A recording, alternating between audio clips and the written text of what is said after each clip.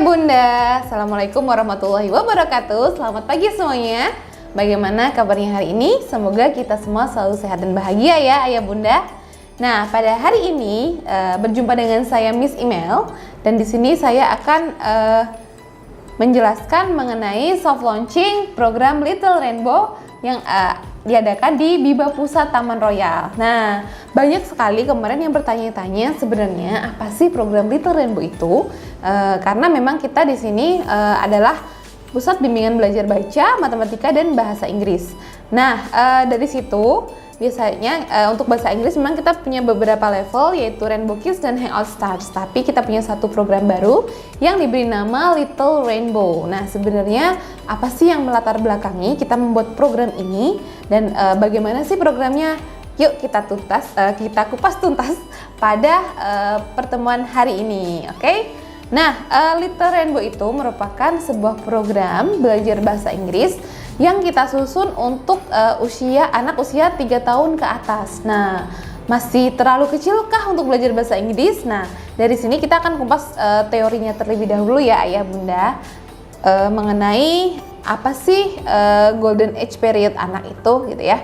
Nah, dan apa hubungannya dengan tahap perkembangan pembelajaran bahasa untuk anak usia dini, oke? Nah, untuk golden age period ini memang dimulai dari 1000 hari pertama kelahiran, yaitu dari anak masih di dalam kandungan hingga usia 2 tahun. Di saat ini memang perkembangan otak sangat pesat ya.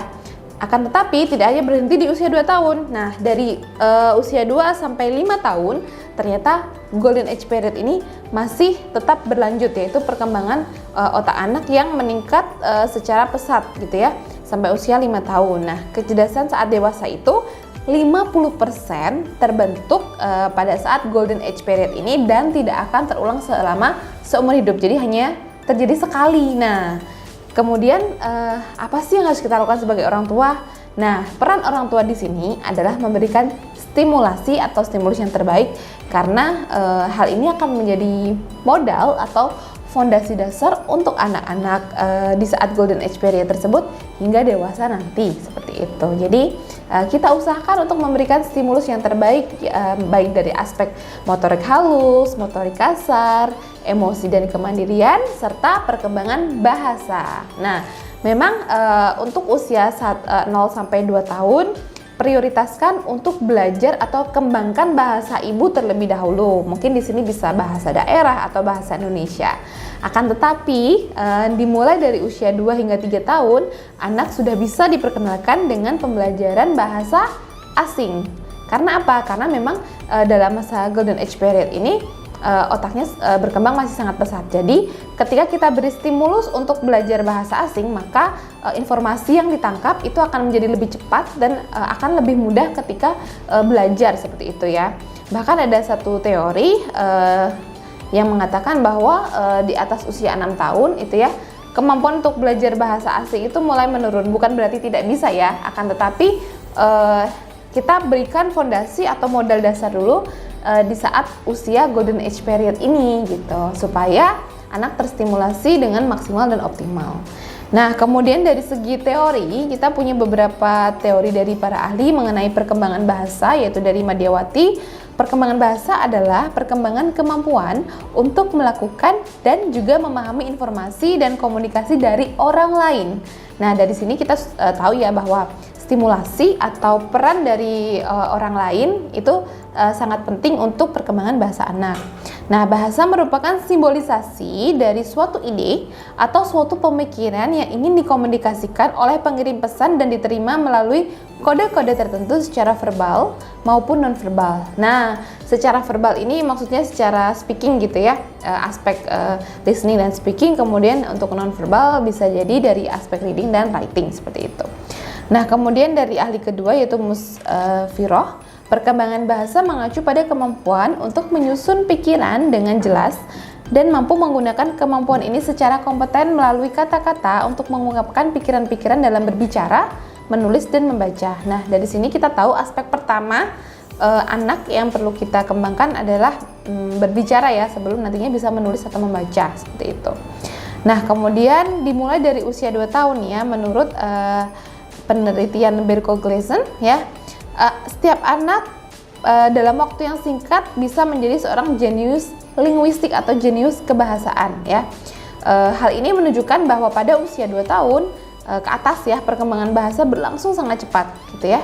Dan penelitian tersebut menunjukkan bahwa anak ketika sudah mulai berbicara 2 kata atau 1 kalimat gitu ya, sudah mulai berbicara secara lancar, mereka dapat menunjukkan bahwa mereka menguasai beberapa aturan morfologi. Nah, dari sini kita bisa tangkap ya dari penjelasan para ahli bahwa selama usia-usia krusial ini, yaitu 2 sampai 5 tahun ya, kita berikan stimulasi atau kita berikan sebuah edukasi gitu ya untuk anak-anak kita gitu. Nah, terutama dalam hal bahasa, karena mereka masih berkembang dengan pesat gitu ya, dengan cepat. Dalam hal ini banyak orang tua yang kadang bingung, bagaimana ya caranya kita mengajari anak yang masih usia dini gitu ya, 3 tahun untuk belajar bahasa. Apakah kita bisa seperti itu? Nah, maka dari itu di sini kita membuat sebuah program yang bisa menjadi solusi untuk para orang tua. Nah, ini sudah kita sesuaikan dengan tahapan perkembangan bahasa anak ya. Menurut teori dari Piaget, tahapan perkembangan bahasa anak itu terbagi menjadi 4. Yang pertama, tahap sensori motor usia 0 sampai 2 tahun, kemudian tahap pra-operasional 2 sampai 7 tahun, tahap operasi konkret usia 7 sampai 11 tahun, dan yang terakhir tahap operasional formal usia 11 hingga 15 tahun. Nah, yang perlu kita highlight adalah di tahap pra-operasional ini, yaitu usia 2 sampai 7 tahun, di mana perkembangan bahasa ini masih sangat pesat dan anak dapat memahami lambang atau simbol untuk menunjukkan benda. Akan tetapi, keputusan anak itu hanya berdasarkan intuisi, bukan analisis rasional. Nah, maka dari itu perlu sebuah bimbingan atau sebuah program gitu ya untuk anak gitu ya, supaya dalam hal ini mereka belajarnya itu bisa termaksimalkan gitu. Karena memang tadi ya di part terakhir, yaitu keputusan anak itu berdasarkan intuisi. Jadi misalnya begini, anak itu melihat sebuah benda, dia menyimpulkan bahwa benda itu kecil atau besar hanya dalam satu pandangan. Jadi wah ini mereka melihat misalnya pesawat dari jauh gitu ya, oh pesawat itu kecil padahal aslinya kan besar. Nah, dari situ mereka butuh penjelasan atau bimbingan. Nah, begitu juga ketika belajar bahasa, anak perlu bimbingan supaya bisa memahami dengan baik.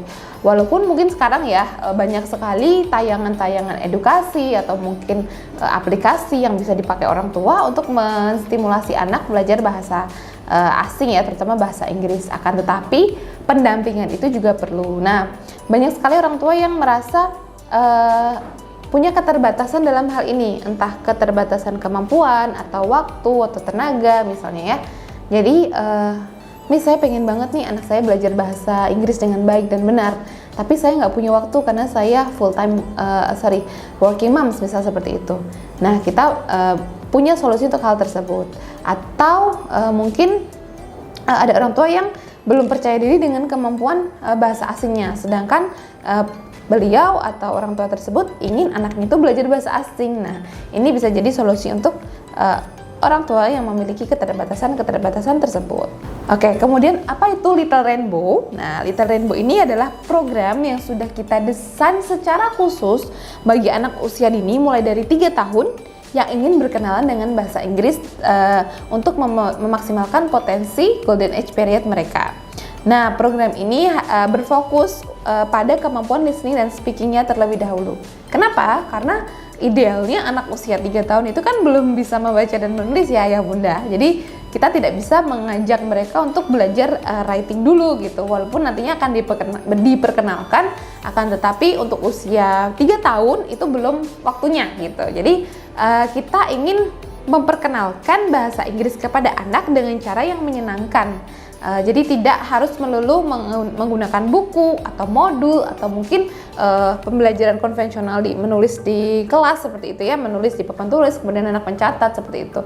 Hal itu belum waktunya ya untuk anak usia 3 tahun. Jadi kita fokus ke listening dan speaking dulu. Kenapa listening dan speaking? Pertama karena language acquisition atau pemerolehan bahasa itu dimulai dari listening. Ya, anak harus banyak mendapatkan input apa yang mereka dengar yang akan menjadi modal ketika mereka akan speaking atau berbicara nantinya. Jadi stimulasi dari listening atau mendengarkan itu penting ya. Jadi mereka akan terbiasa mendengarkan, lama-kelamaan mereka nanti bisa berbicara atau speaking English dari kebiasaan apa yang sering mereka dengar seperti itu. Nah, di sini kita membangun habit atau kebiasaan anak supaya sering mendengarkan atau sering mendengarkan atau sering terstimulasi secara audio begitu ya dengan bahasa Inggris seperti itu. Jadi istilahnya ini berkenalan terlebih dahulu gitu ya, tanpa harus menulis dan membaca. Jadi kegiatan-kegiatan atau teaching plan yang sudah kami susun pun disesuaikan dengan usia anak seperti itu. Nah, tapi tidak hanya listening dan speaking saja, karena kita juga akan mengembangkan aspek soft skill anak lainnya gitu ya. Beberapa teknik atau metode yang kita pakai, contohnya misalnya adalah singing, kemudian dancing, dan other physical movement. Jadi misalnya kita mengajak anak untuk bernyanyi. Nah, selain bernyanyi juga menggerakkan anggota tubuhnya. Jadi ini menstimulasi atau memfasilitasi anak usia 3 tahun yang biasanya masih sering energinya berlebih begitu ya, masih banyaklah energinya untuk bergerak ke sana kemari gitu ya, physical movementnya masih sangat tinggi. Jadi kita fasilitasi hal tersebut. Kemudian ada juga crafting. Nah, crafting ini salah satunya contohnya adalah bermain menggunakan origami dan play-doh. Tapi tidak hanya crafting saja, tapi kita juga belajar bahasa Inggris nih. Misalnya kita belajar shapes and colors menggunakan play-doh. Kemudian menggunakan origami, dan kita juga mengasah kemampuan cutting mereka atau menggunting. Nah, jadi selain belajar bahasa Inggris, kita juga mengembangkan aspek soft skill lainnya seperti sensori motor seperti itu. Kemudian ada juga games ya. Nah, ini yang biasanya disukai anak-anak. Kita ada metode games, yaitu permainan gitu ya, dan ada rewards-nya seperti itu. Kemudian storytelling. Nah, ini salah satu aspek listening di mana teachernya akan menceritakan sebuah kisah gitu ya. Sebuah cerita tapi dalam bahasa yang mudah dipahami anak, dan nanti anak diminta untuk memahami gitu. Tapi tidak harus kan anak-anak belum tahu Miss itu artinya apa. Nah, dari situ kita perkenalkan metode storytelling itu. Kemudian ada juga critical thinking. Nah, critical thinking ini bisa dibentuk dengan banyak stimulasi atau pertanyaan dari teacher ke student. Jadi mereka akan terbiasa untuk berpikir kritis gitu ya. Jadi misalnya untuk belajar warna, what's the color of this book? Jadi kita tidak hanya mengajarkan warna, tapi juga lingkungan sekitar. So this is green itu hijau, this is yellow itu kuning.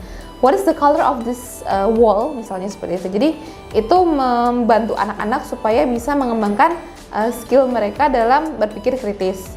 Kemudian ada juga teknik group work based ya. Di sini ketika satu kelas itu diisi lebih dari 2 atau 3 anak, maka ada yang namanya group work based ya. Bekerja sama dalam tim, sehingga hal ini bisa menstimulasi atau mengembangkan kemampuan mereka dalam kerjasama dengan teman atau tim. Jadi berkembang aspek sosialisasi juga seperti itu. Kemudian ada juga presentation ya, mereka mempresentasikan hasil craftingnya nih, misalnya menceritakan kepada teman atau kepada teachernya gitu. Ada juga dialog. Dialog ini biasanya yang simple-simple terlebih dahulu ya, karena kita ada materi greeting. Kemudian ada monolog. Nah, monolog ini nanti masuknya ke self introduction atau memperkenalkan diri sendiri. biasanya anak usia 3 tahun itu sesuai tahap perkembangan bahasanya, dalam bahasa Indonesia ya, mereka sudah bisa memperkenalkan diri, namanya siapa, umur berapa, jenis kelaminnya apa, mungkin rumahnya di mana, seperti itu. Nah, sekalian ya, jadi ketika anak sudah bisa dalam bahasa Indonesia, kita ajarkan juga bagaimana self introduction dalam bahasa Inggris gitu ya. Kemudian selain itu juga ada collaborative learning ya, jadi belajarnya itu secara kolaborasi antara bahasa Inggris dan juga soft skill lainnya. Nah, dengan teknik-teknik dan metode yang sudah kita sesuaikan dengan usia anak tersebut, harapannya anak itu akan mengembangkan kepercayaan diri, kemudian anak menjadi open minded dalam belajar bahasa asing, dan juga anak mempunyai dasar atau fondasi yang kuat untuk belajar speaking nantinya, seperti itu. Dan aspek bahasa Inggris lainnya seperti reading dan writing juga gitu ya. Nah, banyak sekali orang tua yang bertanya-tanya, apakah sudah boleh anak usia 3 tahun itu belajar bahasa Inggris? Sebenarnya sah-sah saja, asalkan anak itu tidak mengalami sebuah kondisi khusus yang membutuhkan pendampingan seperti misalnya speech delay atau late talker, seperti itu. Nah, ketika anak milestone atau perkembangan bahasanya sudah sesuai dengan usianya, maka memperkenalkan bahasa asing bisa menjadi nilai plus dalam perkembangan dan stimulasi untuk anak tersebut ya. Jadi kita bisa memfasilitasi anak gitu ya untuk belajar bahasa asing. Nah, kemudian materi yang kita ajarkan selama 3 bulan untuk program Little Rainbow ini masih materi yang sangat dasar dan mungkin menjadi materi yang menarik ya untuk anak-anak, seperti alfabet, kemudian numbers, kemudian colors ya, shape, kemudian self introduction dan greeting. Materi yang kita ajarkan juga secara bertahap ya, mulai dari alfabet, kemudian numbers 1 until 5, kemudian 6 until 7, 6 until 10 gitu ya. Nah, kemudian ada colors juga, mulai dari warna dasar, kemudian warna kombinasi, kemudian ada bentuk-bentuk dasar, kemudian bentuk geometri tambahan. Nah, kita sesuaikan dengan kemampuan anak. Kemudian ada juga self introduction, tadi ya sudah saya sebutkan, memperkenalkan diri supaya anak bisa lebih pede seperti itu, dan juga greeting atau sapaan seperti good morning, good afternoon, good evening, dan good night. Kemudian ada live talking, goodbye, kemudian menanyakan kabar how are you. Nah, pembelajaran ini kita sesuaikan dengan kebutuhan anak gitu ya. Kira-kira di usia segini belum perlu belajar tenses kan gitu. Jadi kita belajar vocabulary atau kosakata terlebih dahulu. Kita banyakin kosakata dulu. Untuk tenses itu nanti dipelajari di level berikutnya. Tidak mungkin ya anak 3 tahun kita ajarin tenses kemudian structure. Nah, yang ada mereka nanti trauma gitu. Nah, di sini memang salah satu tujuannya kan anak supaya lebih open minded. Open minded ini tujuannya supaya tidak trauma ketika nantinya mereka akan belajar bahasa Inggris lanjutan, seperti itu. Karena banyak kasus seperti ini ya, anak belum pernah atau belum terbiasa belajar bahasa Inggris, atau bahkan sangat asing dengan istilah-istilah bahasa Inggris. Kemudian ketika dia masuk sekolah SD misalnya ya, atau TK gitu, kemudian tiba-tiba ada pelajaran bahasa Inggris, mereka merasa asing, mereka merasa bingung gitu ya, dan mereka takut gitu, aduh belajar bahasa Inggris nih gitu, apa sih, nggak pernah dengar atau mungkin nggak pernah tahu istilah-istilahnya. Nah, di situ mereka bisa menjadi ada kecenderungan untuk semacam trauma atau takut gitu belajar bahasa asing. Nah, tapi kalau dari awal, dari sejak usia dini di mana perkembangan otaknya masih sangat bagus atau sangat pesat gitu ya, kita beri stimulasi, kita perkenalkan dengan pelan-pelan gitu ya, tidak yang langsung teori gitu. Karena kalau anak yang belajar di sekolah itu kan bisa langsung ke buku, modul, teori seperti itu dan kurang praktikal. Nah, sedangkan ini kita biasakan dari usia 3 tahun di mana mereka masih tahap bermain juga. Nah, kita sisipi permainan tersebut ya dengan pembelajaran bahasa Inggris, sehingga nanti terasanya itu tidak seperti belajar, tapi ya udah main aja, tapi mereka terbiasa mendengar istilah dalam bahasa Inggris, kemudian terbiasa mendengarkan vocabulary bahasa Inggris, kemudian greeting gitu ya dalam bahasa Inggris. Jadi ketika nantinya mereka akan belajar bahasa Inggris lanjutan, sudah terbawa have fun-nya, karena mereka awal belajar ya menggunakan permainan karena memang masanya masih bermain seperti itu. Jadi tidak ada modul, tidak ada tulis menulis ya. Kalau coloring masih ada, cuman kita belum memperkenalkan writing untuk anak-anak gitu. Jadi nanti akan ada tahap lanjutan ketika mereka sudah menyelesaikan Little Rainbow ini. Nah, nanti akan ada introduction to Rainbow One. Nah, di situ anak sudah mulai belajar menulis gitu ya. Tapi untuk awalan sebagai perkenalan belajar bahasa Inggris belum kita ajarkan reading dan writing. Kita fokus ke listening dan speaking terlebih dahulu begitu. Nah, bagaimanakah pembelajaran di kelas gitu ya? Nah, tadi sudah saya jelaskan bahwa satu pertemuan itu 1 minggu selama 1 pekan itu 2 kali pertemuan. Kenapa cuma 2 kali, Miss gitu ya? Karena ini anak masih usia dini nih, belum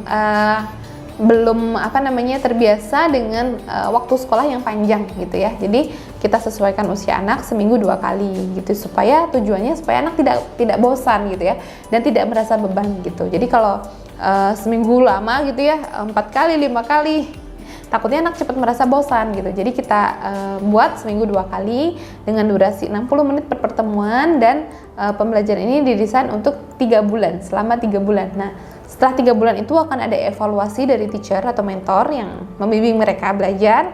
Kemudian dia akan ditetapkan apakah si anak ini lulus program Little Rainbow atau harus mengulang dari meeting 1. Kalaupun anak harus mengulang, bukan berarti anak itu tidak bisa ya, tapi memang kemampuan anak, setiap anak itu berbeda-beda, dan kemampuan mereka menangkap, memproses informasi itu berbeda-beda, sehingga ketika anak mempunyai kemampuan yang berbeda-beda pun sebaiknya tetap kita fasilitasi. Kalau yang lulus mungkin mereka benar-benar minat dan bakatnya ada di bahasa, jadi bisa cepat menangkap.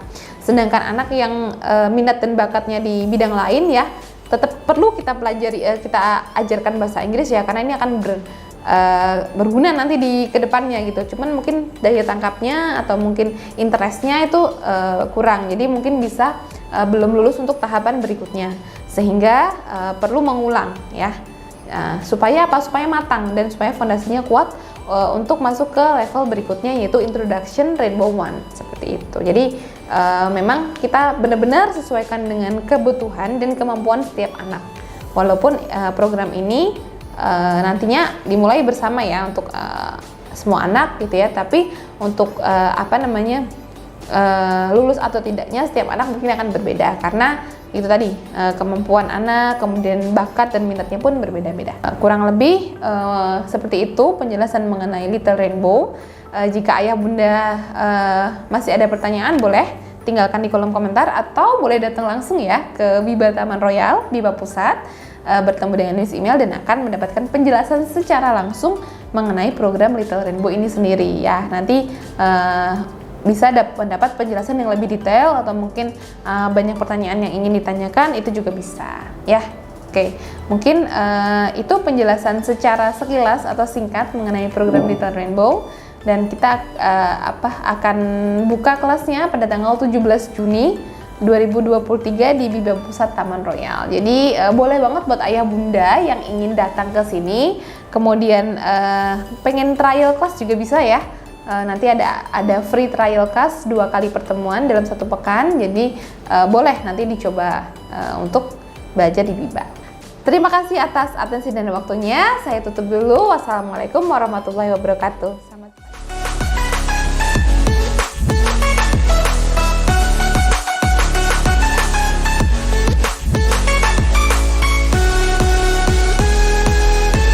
Biba, belajar dari mudah dan menyenangkan.